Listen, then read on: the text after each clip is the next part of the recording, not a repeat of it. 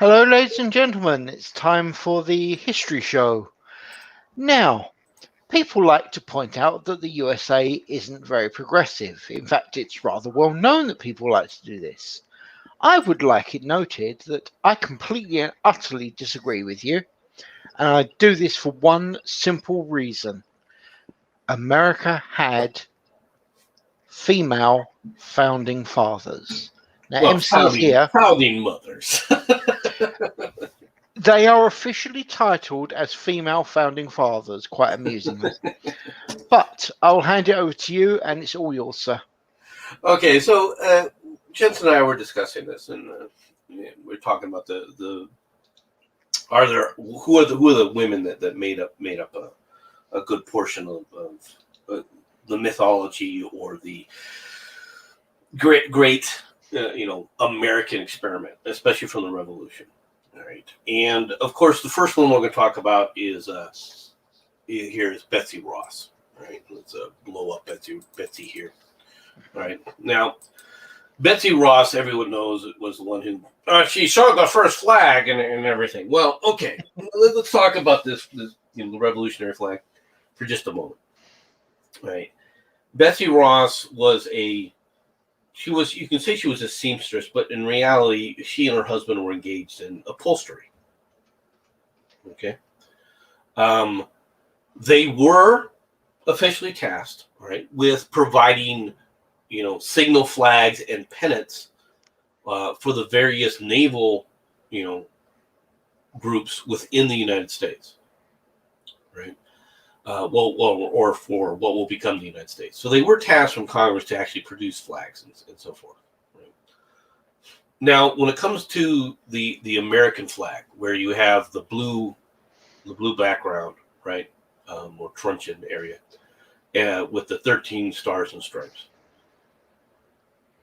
And everybody recognizes this. Well, this became the flag, obviously, of the Continental Army, specifically under Washington. Right? It was not the only flag that was flown, but it became the most prominent. Well, who came up with the design? There's a lot of questions about that. Right? Everyone talks about Betsy Ross was the one who did this. And the reason we believe, all right, the reason that the mythology came about that Betsy Ross sewed the flag, that General Washington came to her to create the flag for the colonies, right, is due to her family, all right, 100 years later, due to her descendants 100 years later, right? Specifically, 100 years later, America is getting ready to celebrate its centennial, okay? And to be honest, people forget this. The centennial celebration was critical to saving America. It was just a few years before. It was just a little over a decade before that America had almost completely come apart because of the Civil War. So the centennial celebration was something of a unifying force. Okay? Now, of course, when you start talking about this, people have their, quite frankly, they have their family history. There's family history involved in a lot of this, and it was the descendants of Betsy Ross that first came back and relayed the story. Okay, that their ancestor Betsy, right, came up with the flag and presented it to Congress after Congress had come to her and asked her for a design for the flag, right, and that she had presented it, that George Washington had come to their place, all right, and so forth. And there's no documentary evidence to support this. The problem is there's no documentary evidence at all, right, to deny it either, right? There's nobody else. There's other people that have since then made claims, right? But there's no documentary evidence that come from them, right, that show anything, right? Martha Washington. Well, to be honest, Martha Washington is not as important to the revolution, right? As people think she is. All right, she's important in that she was the first.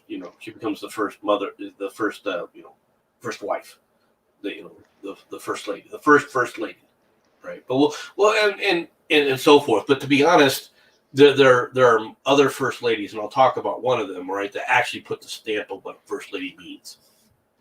Okay. But Betsy Ross, whether she created the flag or not, right, is given credit for it and deserves this kind of credit. All right. She was an unrepentant supporter of the revolution. She did in take on various assignments from the Continental Congress. And you got to remember something about the Continental Congress. At this time, the Continental Congress is saying, okay, we'll pay you X amount for this, that, and whatever. But guess what? Yeah, that's only going to be if you win. You're taking this on the credit in a lot of ways. So her basically her family, all right, later on, relays this story to a press, to a reporter, who then writes about it in the press because the centennial's coming up. All right, and this is how the story began. All right, this is where the story got wide attention because it was spread across the country, and it's a great story.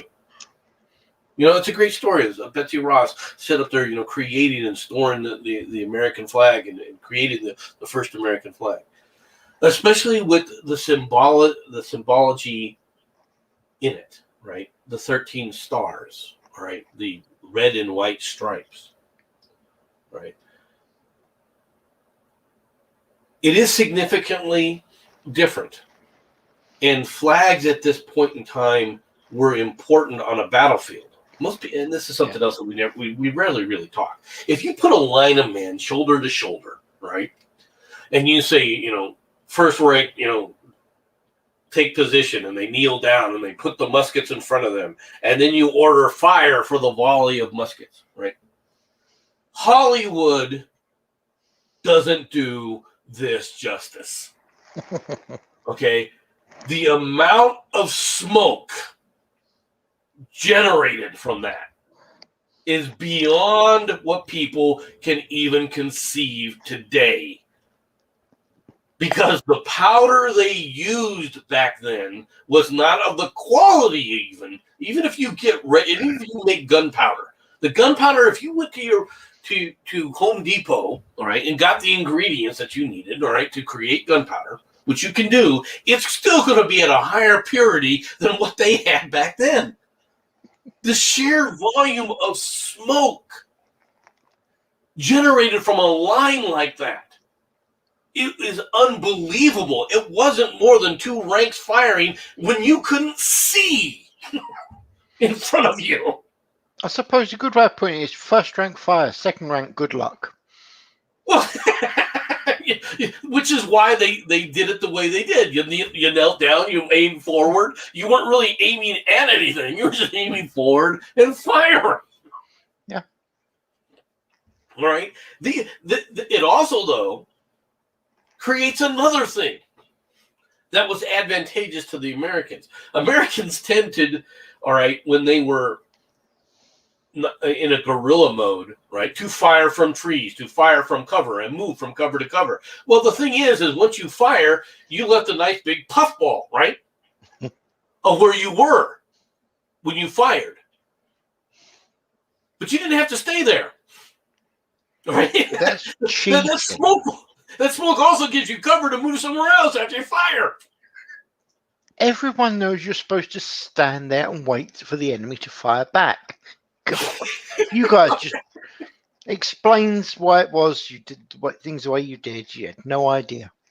It explains, when you start to understand this, it explains how the British, right, where, okay, you get an ambush. Why were these ambushes so successful? Because, okay, they fired, you knew where they fired from, but they weren't stupid enough to stick around and wait for you to fire back. No, or even, right, stick around and wait for you to go charge into that area. Yeah. Right? This is why it made such tactics very effective, because you were effectively killing people and putting a smoke screen up at the same time. Like I said, cheating. All right. And even worse is if you've got it in multiple areas, you basically create a cloud that looks like you're surrounded. Mm-hmm. And you don't need a lot of forces for doing that. So flags, and the reason I'm bringing this up is because flags, the one thing people needed to do is be able to see where the command was. And so the command was always where the flag was. So these flags were important, and they had to stand out. Yeah. They also became targets. There's a reason flag bearer, they talk about flag bearers being a position of honor. There's a lot of people who didn't want to be flag bearers, folks. Because you knew when you were running with the flag, you were the biggest target on the battlefield, because you were saying, like putting a beacon out there, look at me. Mm-hmm. There's a reason why they hold the people who are flag bearers are considered the bravest of all of the people, even though technically, to be honest, they tended to be further from the front lines most of the time. Yeah. Right? Because you were going to be where the command was. You were going to be where the commander was going, right? So you have all these aspects of things, right, as you're going forward and so forth. But Betsy Ross, like I said, she was an upholsterer, right? She was a well-known patriot. Right? She was not a woman of. She was not super rich. She was not someone who had tons of money but wasn't destitute. She was basically the middle of the road. And this is one of the things about this is here you have a woman, right, who is in the middle of life, in the middle of society, status in society, hobnobbing with both elements, right? The working element, the small little lower class, where you're basically, like I said, she was an upholsterer, right? Mm-hmm. Her and her husband, fixed furniture. Okay, and at the same time, she's hobnobbing with the upper crust elements of the society, including George Washington, right, and so forth. So it's a bit of myth, but that's Betsy Ross. Yeah, you have any other questions or any comments you want to make there, Jensen? Let's go with the simple one of, to put it bluntly, she did bugger all. Okay, I don't want to seem harsh, but for the amount of respect she actually gets, she didn't really do anything, did she? Well, yes and no. You got to remember, if she's the one who came up with the design of the flag, yeah, that was completely at odds with the rest of the from a male perspective. Generally, women were there to shut up and do what the man told. If she was taking that kind of an aggressive stance where he goes, here, let's do this, and came up with this plan, she was outside of her quote unquote feminine lane. Right. True. All right, and as an example, right now, you got to remember there's some interesting things that are happening in America that are quite a bit different than the rest of the world. All right, and that is education. Yeah. In America, there is already an establishment of women's colleges. This is unique. All right. Where colleges were created, there were colleges that were created strictly for women, all right, to educate themselves. This is new. This is really, really fairly new in the world. Okay. Now, once again, in order to go to college, in order to go to this, you needed to have either some means. You had to be rich, or you had to have someone who was willing to fit the bill for you, right? Yeah. There was a lot more.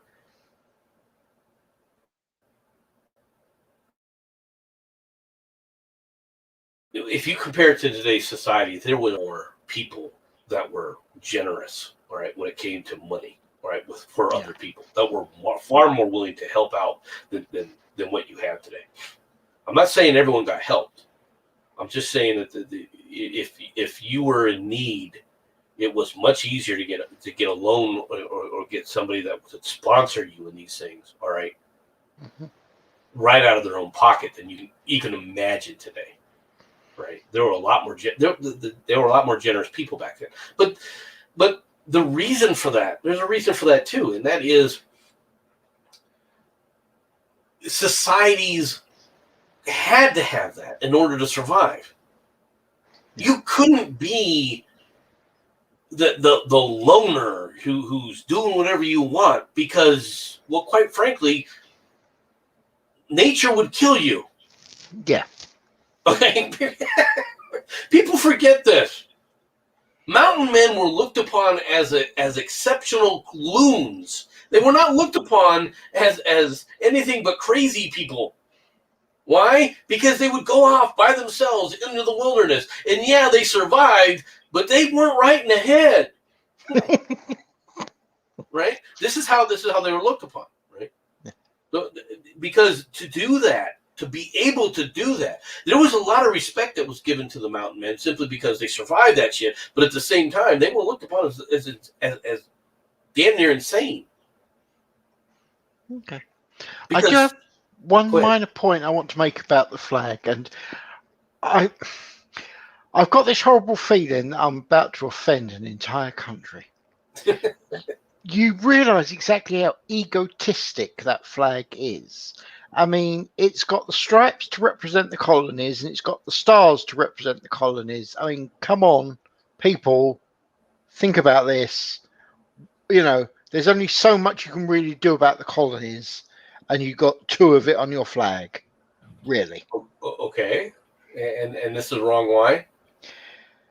I accept doing it once. I've got no argument with that. I am all about that. Seriously, if they'd have just done one or the other, I would be 100% behind it. But twice, really? What you get? Okay, if you really want to know, all right, it gets worse. All right, oh because Jesus! The stripes were also intended as you British set up there gave us the stripes, but we'll show you how better to use it. It's very true. The bars themselves, all right, were intentionally created the way they were as a slap toward the British flag. I had heard that the red was there for the air quotes blood of patriots. The red was there for the blood of the patriots. Yes, and the white is there for the purity of the cause. Mm-hmm. The blue represents the future. Right, it's basically how it's put out. Right. Now, why is it red on top and red on the bottom? All right, when it could have been white on top and white on the bottom. It has to do with practicality. Okay. Right? The darker colors go on either side because they're less likely to show dirt. Fair. Quite frankly, that's the truth. That's why they presented it that way. All right. So the question is why, you know, everyone goes, well, was the blood of the patriots more important than the purity of the patriots? Well, no. All right, that's not why it was done that way, but there was a practical reason. But yeah, the stripes were put there as an homage, a recognition that we were British. I'm sorry, but yeah, just have to really. Why represent the French who were traitors? If we were going to do that, it would have been powder blue, nerd. This is a fair statement, but I would remind you that the white flag, and I know that I'm sounding like I'm taking the mickey, but the white flag was the original French flag. Yeah, well, look, and what was the original naval ensign like? All right, for the British, it's that small little British, you know, stars and, you know, I don't know what you call your flag, the cross and stuff in your flag, right? Yeah. But the rest of it was white. Yeah, no, that's true.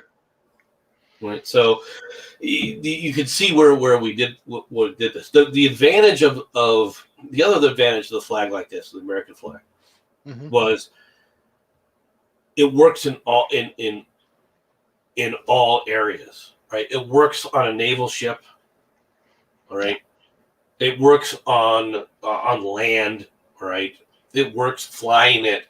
The colors and the schemes all work, no matter what you're trying to utilize that flag for as a representation. And so that wasn't a flag; it was a napkin. This is coming from the man who thinks the field of green should be on the flags. So, but that basically is that basically is Betsy Ross. Okay. All right, you ready to go to the next one? Please do, because as I say, I'm running out of people that I've heard of. So go for it. Okay, let's talk about this person. All right, this is Abigail Smith. Please don't say hag. Please don't say hag. Yeah, carry on. All right, this is a portrait of when she was younger. That's better. Mm-hmm. Abigail Smith, or not, or Adams, rather. This is Abigail Adams. I said Smith, I meant Adams. So, Abigail Adams. Mm-hmm. All right. Was the most prolific female writer, right, in the Revolution. Her husband is John Adams, right? Mm-hmm. They are a pair. John Adams is the one who everyone talks about as credit, all right, for a lot of the revolutionary thought that was being pronounced. All right, he is, and we've talked about John Adams in the past. Yeah, but his wife was his other half. She was his intellectual equal. She did believe in propriety, but at the same time, she believed men needed women because if women didn't exist, men would just become mini tyrants. In fact, she is quoted as saying this. There are lots of quotes that come out today that come directly from Abigail Smith.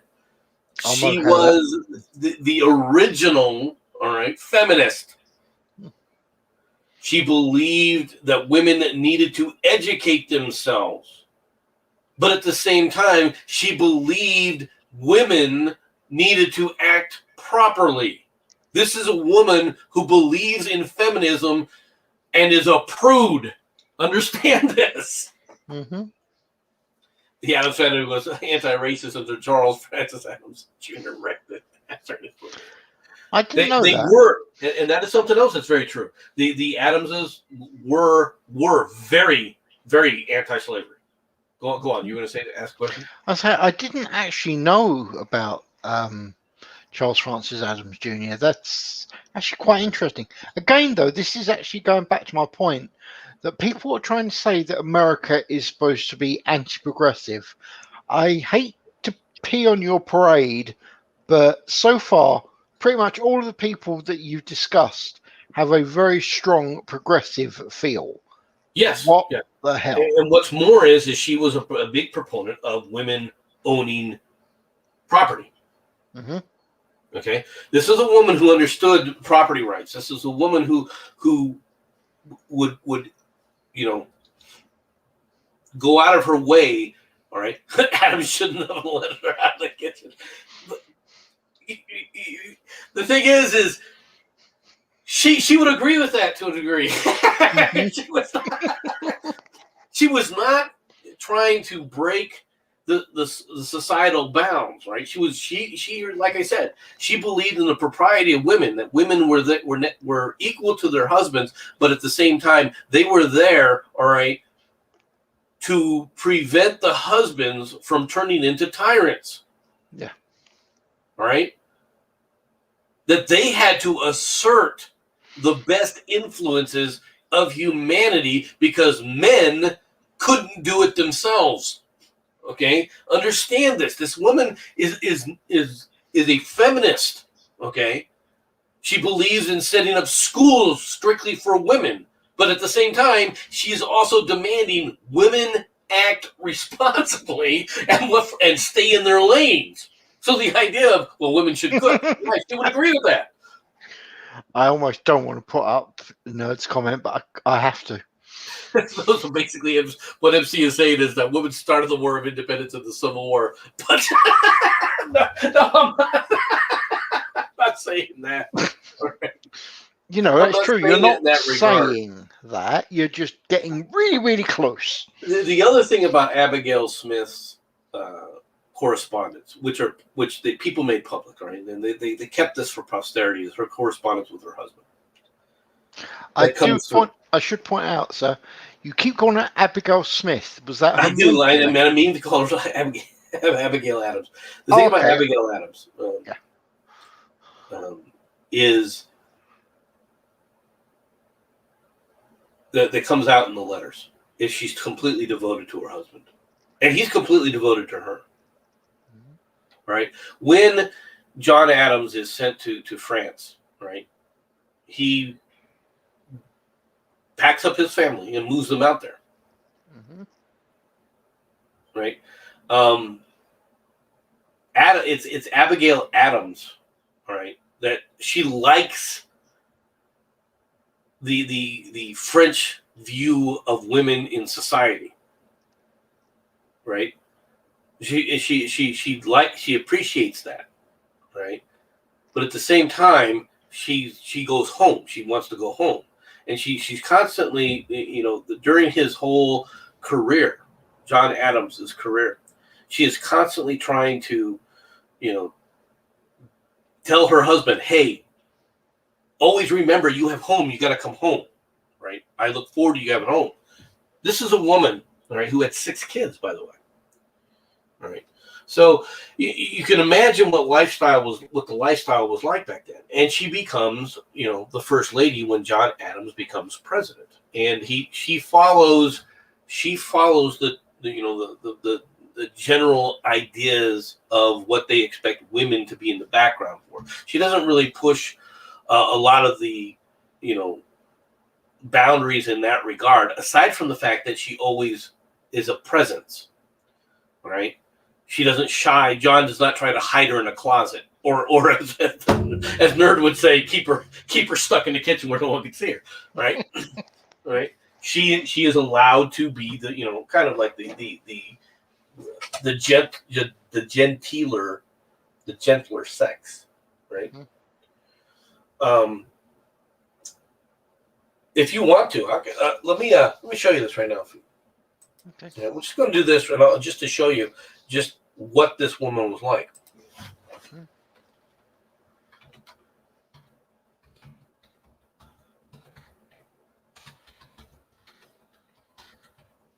I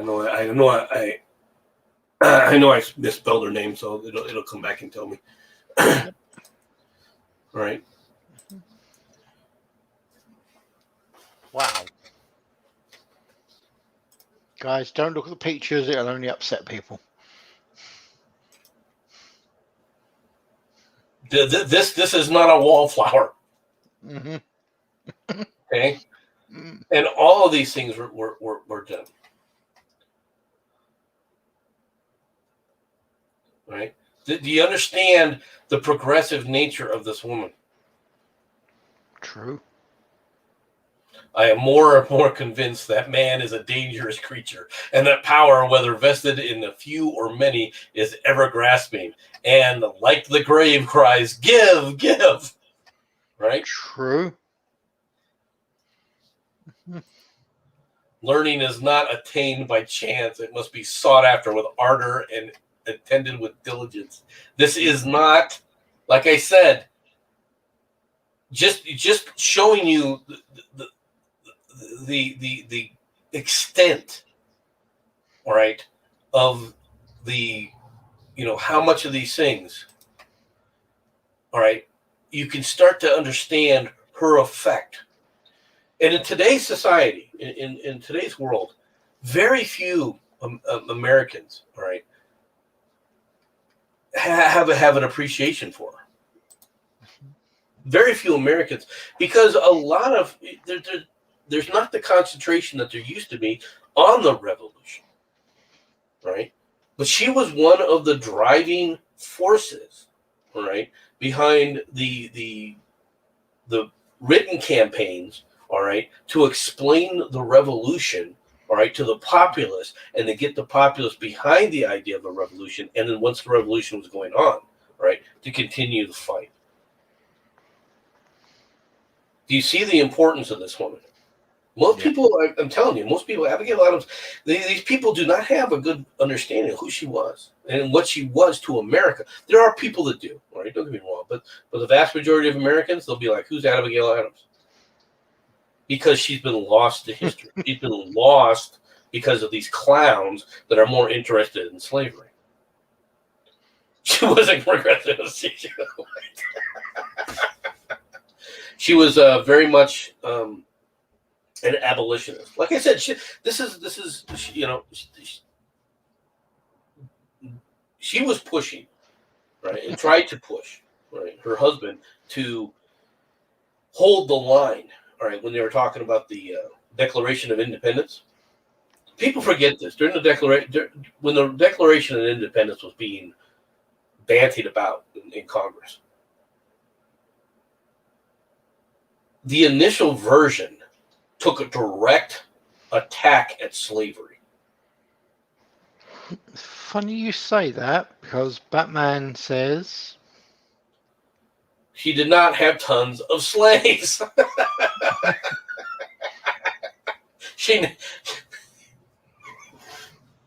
Neither John Adams nor Abigail Adams ever owned slaves. All right. In fact, they were the couple that never owned slaves for a long time. All right, whose families had never owned slaves. That were the White House and the couple that had never owned slaves. They were of the first like five. They were or six. The first like 6 or 7 presidents. They were the only one that the family had never owned slaves. Nice. All right. So I mean, and that's something that also gets lost to history. And like I said, during the discussion with it, the reason the line gets struck out, all right, so it doesn't become part of the official document, has to do with, well, quite frankly, South Carolina. All right, the South Carolina representatives put it very succinctly that if they put that line in there, South Carolina would not vote for the revolution. Damn. And Abigail Smith, or Abigail Adams rather, was one of the people who said that this is going to be a sin that's going to haunt us going forward. It's going to haunt the nation that we didn't get rid of this. And she was right. Right? So that's the second of the founding mothers. In many ways, far more important than Betsy Ross. Well, then why didn't I put her first? Well, the reason I didn't put her first is because, well, everyone remembers Betsy Ross. It's obviously the most well-known name. All right. Yeah. But as far as the woman who is truly stands as Mother Superior for the Revolution, if you want to look at it from a convent type of mentality, it's Abigail Adams. Lovely lady, gracious lady, very quiet. Right. Just for a moment. Batman already done that joke. That was the last 2 episodes. Technically, you could say that this is Addams Family 3, but I didn't want to take the mickey. All right. Now let's talk about this person. Yep. Right. Just so everyone knows, now we're out of people that I know. I have run out of who I know. All right.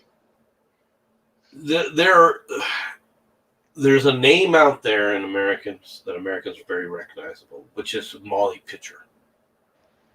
Okay. Now, Molly Pitcher is kind of a collage of different women that were supporting their husbands during the Revolution. All right. But the most well-known, all right, and we have to, you have to understand that there's no specific documentation that says what happened. All right, there are only people who have these as anecdotes. But the Molly Pitcher, right, who was Mary McCauley. Mary McCauley's husband was an artilleryman in the Revolutionary War. All right, for the Americans. She picked a bad time to clean that cannon. We'll get to the cannon in this today. She supported her husband. She supported the revolution. Right during the Battle of Morristown. Right, this was one of the battles fought by General Washington, which was technically a loss. Right, but at the same time, it was the first battle where the revolutionary forces didn't immediately break and run. Okay, when the British showed overwhelming superiority, they held their line. All right, so in some ways, it's kind of a Pyrrhic victory for the British. Mm-hmm. But her husband, all right, when they fought this battle, okay, it was 100 and something degrees outside, temperature-wise. Now, people today don't have an understanding because we live in air conditioning. All right, we live in this nice world. Right? Even our troops in the field don't even know what it was like back then because there was no air conditioning. Okay? So, and when you're on a battlefield in the middle of the sun and you're firing weapons, this is something else people don't realize. You know this, Jensen. You fired weapons. You understand this. It doesn't take long before that weapon gets hot, and I mean really freaking hot. Back then it was even worse. Yes. These things were freaking heat radiators. Two cannon fires, and that barrel, you couldn't put your hand on it. Okay? Understand the temperatures that you're dealing with. If only, Batman. If only. Bad Dodge Productions Revolution is a con shop.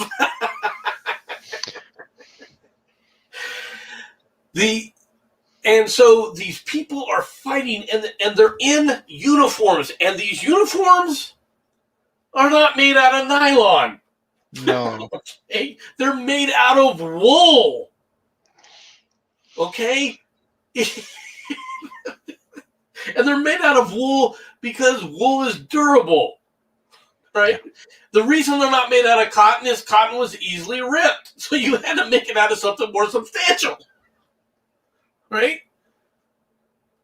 You got to understand what life was like back then. So these guys are fighting for hours. And she was one of the people who was going around, all right, giving water. These men were fighting, and she would go back and she would get pictures of water to give water to the men, right, including her husband, right? Mm-hmm. And during the battle, the cannon that her husband was manning, that whole group basically gets killed. They get shot. Well, I shouldn't say they all get killed. They got wounded and weren't able to man the cannon. So she puts down her pitcher and mans it herself. Okay? Which means she's doing everything. She's ramrodding it. This is why you see the picture of her ramrodding it, loading the cannon and firing it. Mm-hmm. Now, eventually the colonials retreat. The colonial army retreats, the Continental Army. Right? But she is of such stature that she is mentioned to Congress in the reports from George Washington. Now, this is something most people don't even today. They don't have. We never talk about it, right? But back in those days, there was a tradition actually that began during the Roman times, really, right? Of sending the dispatches back to everyone else. And if your name was in those dispatches, your name was known. This was a place of honor and a place of glory. And she's one of the first who gets her name listed in those dispatches. All right. This is what I mean. There were a lot of people. I'm telling you, that people don't recognize this, but there were several people who were upset because of this. Hi, Batman. How's it going? Oh, you're on about uniforms. One thing that's always struck me as kind of hilarious.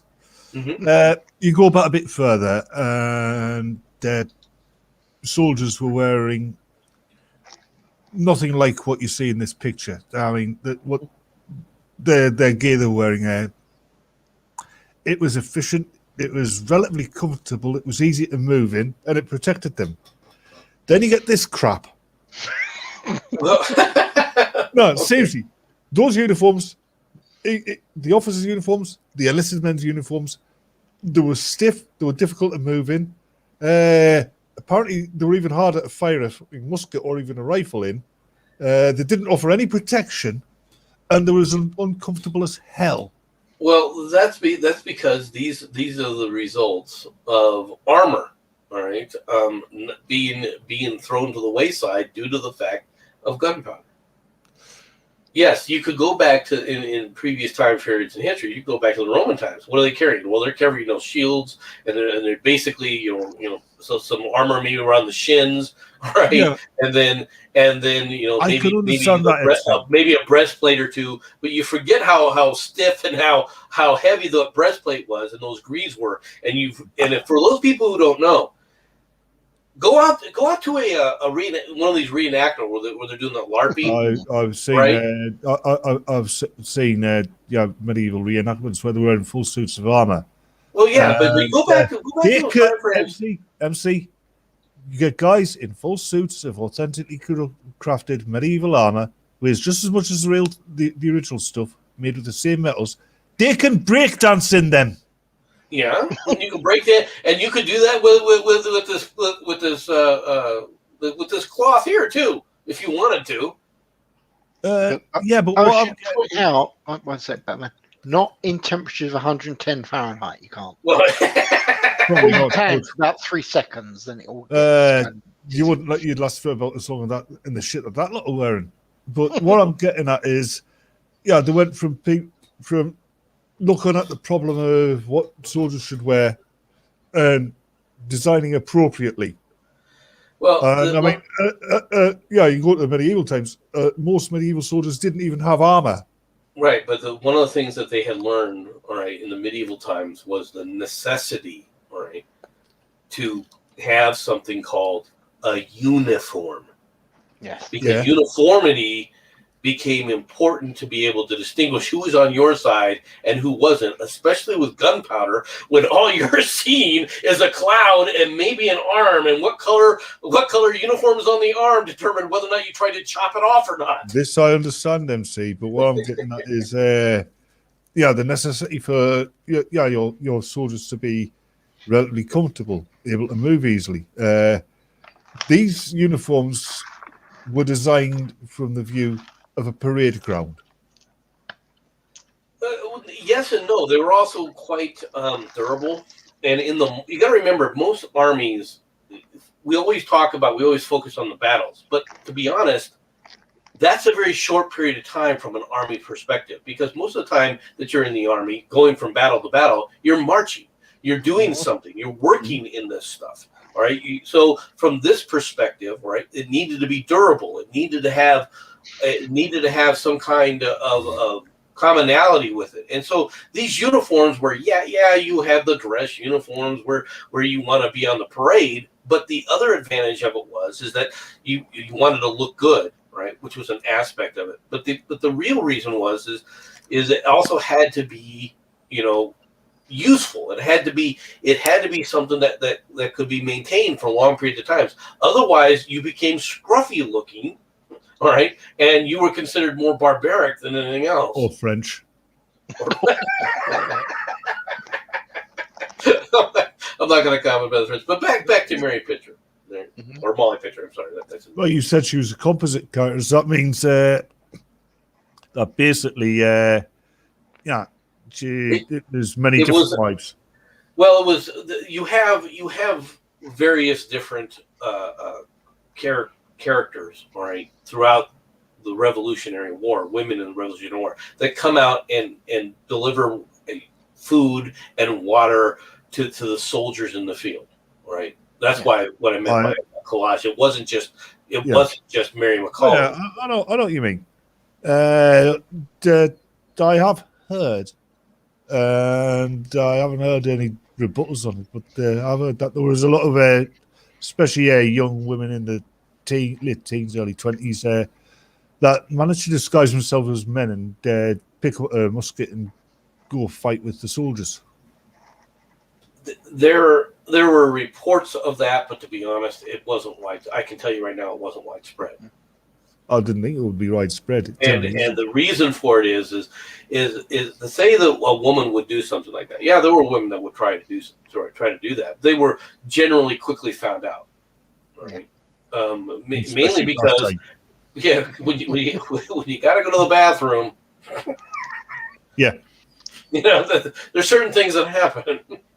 Let's be honest, guys. The problem with the women doing it is the moment they chipped a nail, they'd be standing there going, "Oh my God, I've chipped a nail," and there is no way that anyone can take any notice. Oh God! Have you ever seen this show called Sleepy Hollow? Yes. You've seen the I think it's the third or fourth season where they introduced Betsy Ross. Yes. Who's one of Washington's spies, and she can fight any man, and she's deadly with a pistol and deadly with a sword, and she dresses like a man. Betsy Ross was not. She was a little old lady who knitted a flag. She was not an old lady. She was middle aged at the time, which put her in her 30s when she those times that was a little old lady. That was a little old lady. All right, but like I said, this is Molly Pitcher in the mythology of American, in American Revolutionary War. When they talk about it, they always mention Molly Pitcher. Always, it's taught in schools. Okay. It's mentioned what she did and so forth, but people just give it kind of like a cursory thing, right? She was basically the revolutionary Rosie the Riveter, apart from she didn't give up after 3 days. No, that's actually the truth. You could put her in that time frame. You could put her in that if you wanted to. Well, she served the same purpose in a moralistic point of view, didn't she? Yeah, to drum up morale. All right. This is a picture. The first, the only picture the oldest picture that we have of a first lady. Right. This is when she's much older in life and cameras have just begun. This is Dolly Madison. Right. Now, who's Dolly Madison?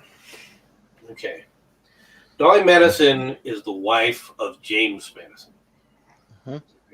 James Madison is one of the major driving forces behind the creation of the U.S. Constitution. Yeah. James Madison is also the 4th president of the United States. You have Washington, you have John Adams, you have Thomas Jefferson, and then you have James Madison. Now, James Madison, all right, is from Virginia. He is a Southerner. He does own slaves. Dolly is part of this set. So why am I talking about Dolly Madison? All right, especially concerning we're talking about the Revolutionary War, Revolution, because there's nothing you can really point to say, well, look at her outstanding, contribution to the Revolution in comparison to Abigail Adams, for example. She'd be the driving force behind the president, I should imagine. She was more than that. Okay. When her husband, all right, becomes president, she establishes how the Washington Society set functions. It is her that creates the standard of when you have a party, when you have an evening dinner, you don't just invite, all right, your friends. You invite the other side too. All right. She is one of the driving forces for the unification of the United States in more regards, and she establishes the protocols that a first lady, even though it's an unofficial title, all right, carries weight and responsibilities, and she defines this more than Martha Washington, all right, more than Abigail Adams. It is Dolly Madison that establishes there is a role, a governmental role, all right, for the first lady. And this woman was also not a wallflower, because James Madison is the first president. MC, with that kind of intellect, foresight, and planning, I doubt she would be a wallflower. Yeah, she's also. You got to remember something. When was James Madison elected? Well, what happens during his presidency? There's this thing called the War of 1812. Where you freaking Brits, all right, instigated a war with your own colonies. No, you weren't our own colonies then. You'd run away. That's true. You didn't leave us alone. This is also true. All right. You were constantly going out there giving guns and weapons to the Native Americans to attack us. Well, of course we did. You sided with the French. At the same time, you were running your ships up and down the freaking oceans, grabbing American sailors going, you speak English, you must be British. MC, if you just fought the War of Independence fairly, we would have left you alone. But you joined with the French. Never gonna leave us alone. You joined with the French. We didn't join with the French. The French joined with us. It doesn't matter. You let them. Okay. You could have said thanks, but no thanks. Guys, I just found out something that's mildly interesting, and I'm sure MC knows this, but as we know, there was a guy by the name of George Clinton. Did you know he was actually part of the? He was vice president back in old times. Yes. Oh, okay, fine. It's just me that didn't know. There Okay. are a number of people that were there. Now, during the War of 1812, Bill, right? Yeah. And during the war, for people who don't know this, during the War of 1812, mm-hmm. the Americans attacked the British in I think it's Nova Scotia, and basically they attacked the Canadian, what becomes Canada, right? Uh-huh. Well, the Canadians, meaning the British, right, in retribution, attack Washington, and they burn the White House. Yeah. Well, we actually don't call it the War of 1812 over here. We call it the Prank of 1812. The Prank of 1812. Yeah, tell that to New Orleans. All right. Who cares? All right. New Orleans, the French. You got your own back, right? Fair enough. No, that wasn't the French. Don't give me that crap. But yeah, during the raising of Washington, Dolly Madison, by her own force of personality, all right, saves the U.S. Patent Office from being burned by the British. Right now, her husband, of course, has to leave because they capture him. You know, you capture the president of the United States, you can't allow that. But she stays, in fact, saves many of the artwork, including the one picture of Washington that everybody talks about, the one, famous picture of George Washington as president, is actually saved by Abigail Adams. I mean, by Dolly Madison. All right. Okay. Dolly Madison, like I said, she becomes a unifying force, all right, around which because the country acts, and she also establishes the fact that yes, you can have political differences, but that doesn't change how you should act in society. Yes, you can have, and we've lost this, by the way. Yeah, I know. That's Right. why we call it the prank of 1812, because we had more important concerns than Napoleon. Right. This is someone who and eventually, to be honest, people. I mean, she's so revered that they people back then. Not too long ago, these revered names were constantly used for promotional items. Right. Well, they created an entire cookie line. All right, called Dolly Madison in honor of Dolly Madison. All right, and who she was and how important she was. It's unfortunate that so many Americans do not recognize the heritage, all right, that we have. We have a far more rich heritage than people want to give us credit for. All right, we're constantly told by you guys, all right, and we're constantly berated by the rest of the world about how young a nation we are. Yeah, we might be a young nation, but we have so much in our history. Our history is far richer in this 200-year stand than people can even conceive unless you actually go out and start taking a look at it. We should never, as Americans, all right, take a back seat to, well, we lasted 1,000 years. I don't care. That's you. MC, if you didn't have a rich history in 200 years, you would have to have been a colony of Italy.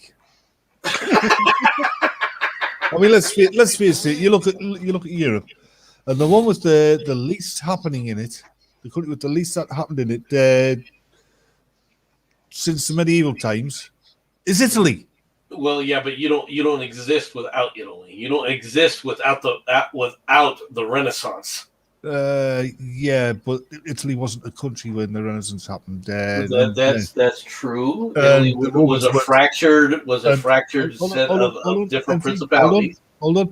And you don't exist without it. Yeah, you're on about the Romans. They weren't Italians; they were Romans. Well, I didn't say anything.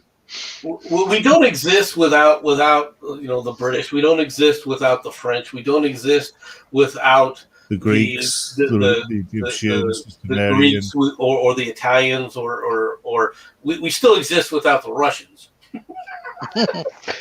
Well, actually, you can argue that statement. Half of the United States wouldn't exist without the Poles. Right. But the thing is the United States' history in our founding is absolutely brilliant in a lot of ways.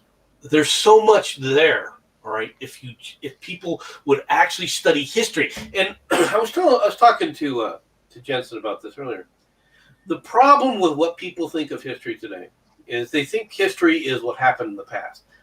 No, that is a child's view of history. All right, events that happen in the past that you discuss are just events that happen. That's a childlike view. That's a surface view. History is what happened in the past and why, and the constraints that were applied. You can't talk about history without understanding a much deeper, richer view of what was going on and the context within what all of this took place. People have lost that. They are looking at things from a simplistic, childish point of view.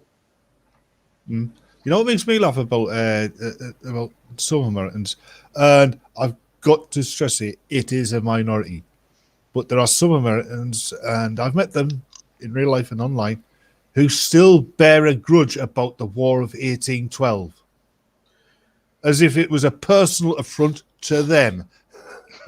Well, but then again, it may seem that way, all right, when certain individuals talk smack. No, MC, the people I'm on about weren't talking smack. I mean, I can tell you, you would have had that viewpoint of me if you'd ever listened to some of the conversations I had with Cabbage Patch. I had some of the conversations you had with Cabbage, remember? But no, you can tell when somebody's just trying to get a rise out of somebody else, and you can tell when somebody's deathly serious. And it's like the mentality the Scots have. I mean, you'll get McGregor's. Some people who surname him McGregor will never talk to anybody who's called Campbell.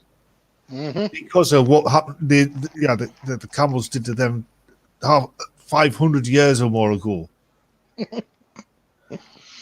That's interesting. That's also a sheep bunny. You guys all know Amanda Wolfchild, right? Yes. Yes, Who's actually related to the Camels.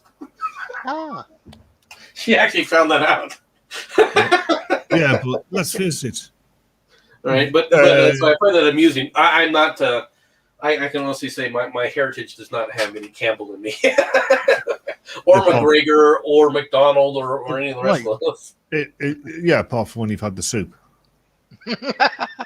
Apart from what? The soup. Yeah, Campbell's soup. Oh, soup. Well, that's what Amanda was saying. She was like, "Where's my soup royalties?" Yeah. I mean, let's face it, Amanda Wolfchild. Everybody who knows her, respects her. You might not like her, but you respect her. I mean, I like her. I think she's brilliant. I do too. And I say that because I do like her, and because if I said otherwise, she'd hunt me down and kill me. She might, but no. Amanda's she's quite smart, and she's quite. It's unfortunate that she doesn't have more free time to do what she wants. All right, as a mother and things, you're going to have those kind of issues as well. But it is what it is. Unfortunately, I would love for her to have more time on the internet, all right, to talk about some of her experiences and so forth. I think that they would be, quite educational for people, all right. To talk to someone, all right, who has the rich history of experiences that she has. Right. It's unfortunate we don't do that, but back to the Revolutionary War time and things like that. The thing is, the way the American colonies work, right? And I've talked about last week I talked about the other atoms, right? The other and so forth. Well, I shouldn't say last week, but the last episode. Last episode, right? Yeah. Where I tried to explain. All right, where Sam Adams, his viewpoint, and what was going on in the colonies, and why the colonies were coalescing independent, why the colonies were independent, why they had to become independent, and the main reason was because they couldn't live. If it wasn't for the American independence, all right, there would not be a British colony here. It would be something else. I don't know what it would be, all right, but it wouldn't be. This rich nation that you're looking at today, because it couldn't be, all right? It wouldn't be allowed to be, all right? What we would have become, to be honest, there's a lot of things that could have, and it would have been negative for the British Empire, all right? But I don't think it's part of the British Empire from right now. From what I've heard, the Alternate History Channel. Mm-hmm. He's done at least 2 or 3 different variations on this, and all of them boiled down to the same thing, really. The colonies would have remained, they would have prospered, but the British influence wouldn't have spread much further than that. I don't think they would have prospered. I really don't. That's your opinion, and that's his opinion. It is my opinion, but the reason I say that has to do with, if you take a look at the British regulations. The reason I say that is because the British regulations would have basically inhibited that. All right, it's funny if we would have remained British. The colonists, the farmers, the general townspeople, and that they had much more political and financial freedom than their counterparts in the United Kingdom at the time. But that was being reined in by your Parliament. Yeah, that was the main reason for the Revolutionary War. MC, you also had lighter taxes than your counterparts in the United Kingdom. No. Yes, actually, you did. No, we did not. Okay? No, what you did not have was representation for those taxes. We did not have lighter taxes either. You actually did. Because you're ignoring the amount of revenue that was being generated by the taxation by the mercantile class that were directly being paid for by the British colonies. Yeah, it wasn't a tax levied against the colonies, but it was a tax that the colonists had to pay in order to get goods. So the very idea of saying that we were not paying that is nonsense. I didn't say you weren't, but then again, weren't people in the United Kingdom paying the same tax for No, because we had to pay it. In addition to that, we had to pay the cost of what it took to trade. He's unfortunately right there, Batman. Yeah, I think he is. I'll let you have that one. Begrudgingly. But I think the biggest concern was, no taxation without representation, which, is something I personally think you were in the right for. Yeah. Mm-hmm. Well, and then that's where it came about, to be honest. The whole revolution could have been nipped in the bud in several ways. All right, if the British Parliament had acted responsibly. Apparently, there was almost as much support for the American colonies as there was against the colonies in Parliament. I would also like to point out the concept of Parliament actually doing what it's meant to be doing is at best humorous and at worst laughably humorous. These guys couldn't actually organise a piss up in a brewery if you showed them where the beer was. If that was true, Batman, and left them diagram. What you said is true, all right, you would not have dressed down Benjamin Franklin the way you did in front of Parliament.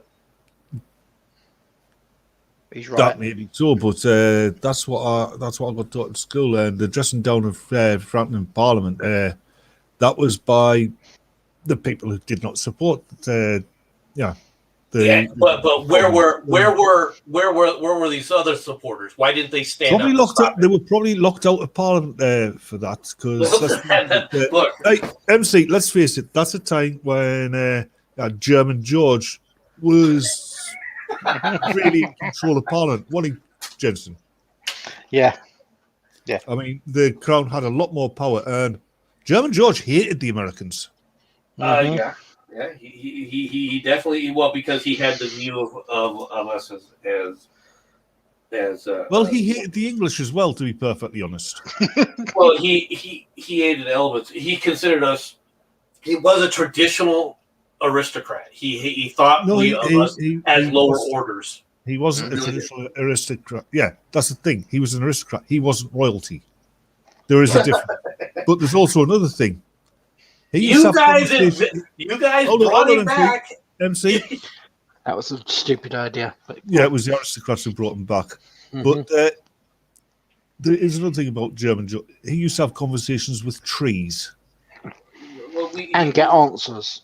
That was the point. And take advice. Yeah. Well, but that was not approved by the colonists, was it? We weren't celebrating that. Actually, it was approved by the trees at the colony. I feel the urge to do a really, really bad joke now. It's a shame we wasn't told to leave the Americans alone. I'll just go and stand over here. Sorry. Well, but to be honest, if George wasn't the bigot that he was, all right, and let's be honest, it was bigotry because due to the fact of how he was viewing the colonists. Yeah, if he did not look at the colonists the way he did, all right, a lot of this could have been avoided too. Even with all the nonsense. MC, please, as if he'd even look at colonists. Well, Americans don't look at it that way. we do not accept. I know. This. All right, you got to remember how we look at people as people, and we don't see those distinctions as easily as you do, or I shouldn't say see them. It's funny there are Americans who quite easily see those distinctions. Most of them get into the Senate. The vast majority of Americans don't look at it that way. The vast majority of Americans aren't in the Senate. That is true, and that is a problem with our senators, which is a separate issue. But I've already given my views on that. That's the thing about any human society. Even a society which structures a wholly democratic regime, you always end up with an aristocracy. Yeah, it happens. It always happens. Some type of aristocracy or Yes. ruling class to an extent. It's whether or not that aristocracy is mobile or not, right, from being able to go in and out of it, and that's why we're having problems in America right now. That's something because it started to ossify again. It's going to lead to it's going to lead in America. People I'm trying to warn people, but this is going to lead to bloodshed throughout America. There's gonna be another type of civil unrest. The United States will either emerge better than it was, or Imperial America. That's a possibility as well. If it becomes Imperial Americana, it will basically we will at some point. I hate to say this, but at some point we will roll the way the British do. All right, and we will at some point. You watch. We will probably, if we go in the Imperium kind of mentality, we at some point will rely upon the British royalty and put them at our head. There's another thing, another big difference between England. I'm going to say England because it didn't happen with the Scottish nobility or the Irish or the Welsh never had any, as opposed to European nobility. Even in medieval times, there was a chance of a commoner getting into nobility. Yeah. And as time went on, that upward mobility became easier and easier. Even in countries in Europe where you still have nobility, that's very difficult, ridiculously difficult to do. Right. Well, there are differences. This is one of the things that I was talking to Jensen about earlier, also about Japan. Right. Japan took the feudalistic mindset to the nth degree, and it led directly to World War II. Right. Oh yeah, I believe commoners in Japan up until relatively recently, you had to do something to earn a name, otherwise you were just called by your profession. Well, yeah, they had a very, very rigid, right, a caste structure, right, in Japan. And of course, the caste structure is antithetical to modern technology. You can't establish modern technology within a caste structure. It doesn't work, right? It because of how it limits you from being able to expand or to create. It stifles creativity overall, which is why the British Empire was able to expand over everywhere else, and quote unquote, the British Navy ruled the waves. Well, the reason you ruled the waves was because technological innovation wasn't ossified due to the fact that you did have more social mobility in the United States. That's the whole concept of the United States, all right, was the idea of you didn't need social mobility. And when you start to see that start to ossify, where people start to say, okay, well, we're a better class, where you get an elitist kind of context, in America, it leads directly to violence in an extreme manner. It's the main reason we had a civil war. Yeah. All right. It's because the society had ossified. You were partially right about the Royal Navy ruling the waves being technological innovation. Actually, the biggest thing is something that, ever since there's been a Royal Navy, it's always been the case. Our naval captains and commanders have always been the mavericks, the people who will do the unexpected and do think way out so far outside the box. Yeah, they're not even in the same fucking factory. That's true, but that's all a part of it. But if you look at your British history, one of the things that I think that people don't recognize is the British Navy was constantly, all right, even back to the late 1600s, they were already always looking, where's the new thing? What's the new thing to try? Not all the British, let's be honest, not all the new inventions work out, all right? But you were always trying the new stuff. Yep. All right. This put you always in the avant-garde position. And overall, it made the British Navy always at the forefront, even it wasn't until the United States, all right, after World War II, that our naval prowess, all right, actually even comes close to anything within the British Navy as far as avant-garde things. And that's simply because we were able to produce the number of aircraft carriers that nobody else could. All right. Because that happens to be the avant-garde, all right, area because of that production capability. But the British Navy, I've always had a lot of respect for the British Navy simply from the fact, not because it would roll the waves, but because it was always striving for the newest things to better itself. Yeah. Mine got a hand at the Americans the Civil War. The first submarine, even if it was a fucking pedal-powered barrel. And even if it did get sunk on its maiden voyage. Well, we were always trying to figure out a way to do up until the Civil War, the American Navy, right, was always struggling from a lack of resources. Yeah. Right. I mean, that submarine, though, it was literally a barrel. Yeah, the turtle was a barrel, yeah. Yeah. He was trying to sink, I think it was to sink British ships in Boston Harbor. Yeah, and unfortunately, you bastards had freaking clad your bottoms with copper, you bitches. Yeah. Plus, he there was actually spotted by a half-asleep lookout when he came up to get a breather. But that was after he'd attempted 3 or 4 times to actually stick it to the ship. It couldn't drill in because of the copper plate. The thing which gets me is he was killed whilst trying to run away from a British frigate. I mean, it's just the image of him in that barrel, half submerged, pedaling furiously. Well, he had a hand crank. Don't matter. Pedal-powered fucking barrel running. Yeah, you just see the fucking look of blind panic in his eyes.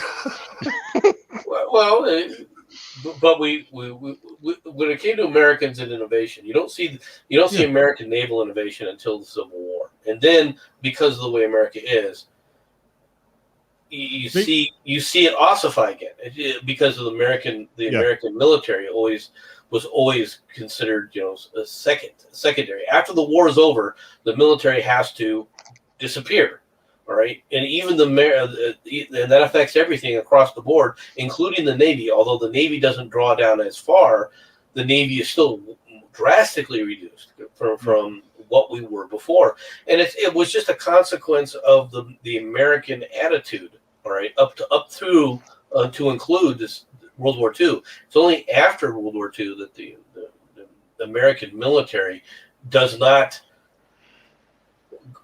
naturally go back to what it did. And and I disagree with people who think that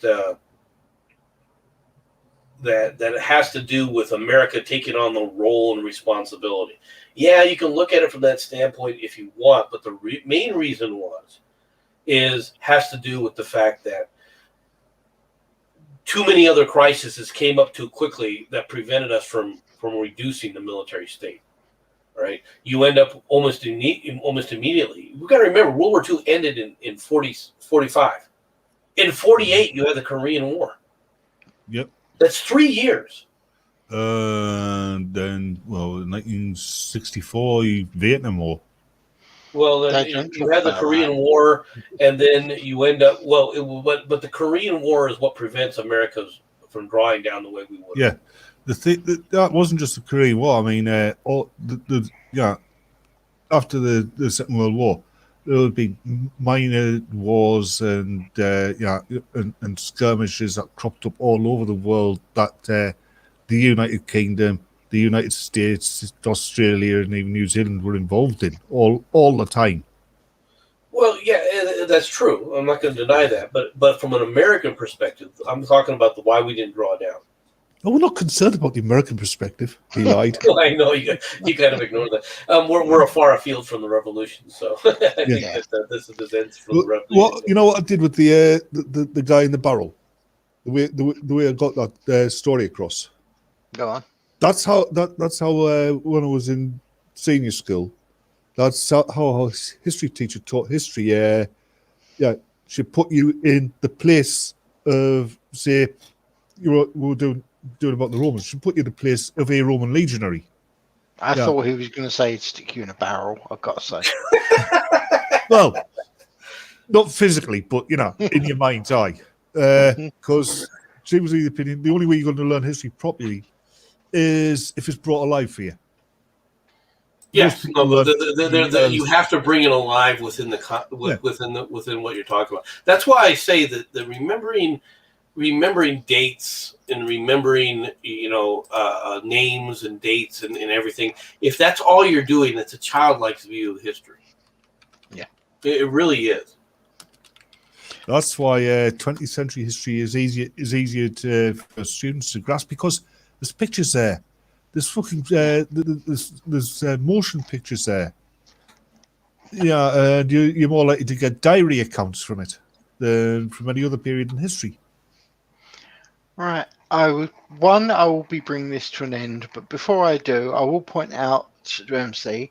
You remember me mentioning how Dodge got his community strike? Yes. I'd done some checking on that. Just had a little look at bits and pieces here and there. This was back when Cabby was on the stream. Oh, you reckon Yes. Cabby swore too much? No, though they claim it was hate speech, and in comparison to how everyone spoke, Cabby was practically hardly noticeable when it comes to his swearing. But how about that for length of time ago? Back when Cabby was still around. Wow. Cabby, I can understand being hate speech, because Cabby hated everybody. This is fair. This is fair. I would have loved to have actually been able to, and I had actually tried to push my company to let me do it at the time, right? Because there was, if I could have convinced them to let me visit our factory. One of our factories is in Crawley, in I would have. I was trying to go there because I wanted to have a meeting, and which they were correct. Yes, I can have the meeting online, but if you let me go there, I can talk directly to people. Yeah, it influences people. And unfortunately, I didn't get the opportunity to do it, but I did try to get over there so I could have had a beer with him because he and I could imagine what it would have been like. I can just imagine. All right, the yelling at one another while we're drinking brandy. Oh God, yeah. All right, and then laughing about it later, right? Because that's who we were. Yeah, but MC, we know why you couldn't get across here. What? There isn't been built that's powerful enough to get off the ground with you in it. Oh, here we go. Batman, don't be silly. He's just floated across, and you know it. It's just a matter of flipping the earth a little bit. And instead of me going around, you come to me. Yeah, that would work. But anyway, thank you very much for coming onto this stream, Batman. Thank you. Thank you very, very much, MC, for doing the stream. To put it bluntly, you knew more about these people than I could even daydream to hope for. But, well, go on. MC is what you call a patriot with an open eyes. He loves his country. He knows its faults, and he obviously digs deep into the history of his own country. So, yeah. Well, I thank you, because I do try. Right, I'm not obviously. I know I'm not perfect because, and quite frankly, to be honest, while American history is something that I do, obviously I'm an American, so I'm going to take interest in it from that perspective. Yeah. I prefer to actually read about ancient history more than any of the other history bits, to be honest. Well, MC, now I'm going to have to pay you a compliment. So.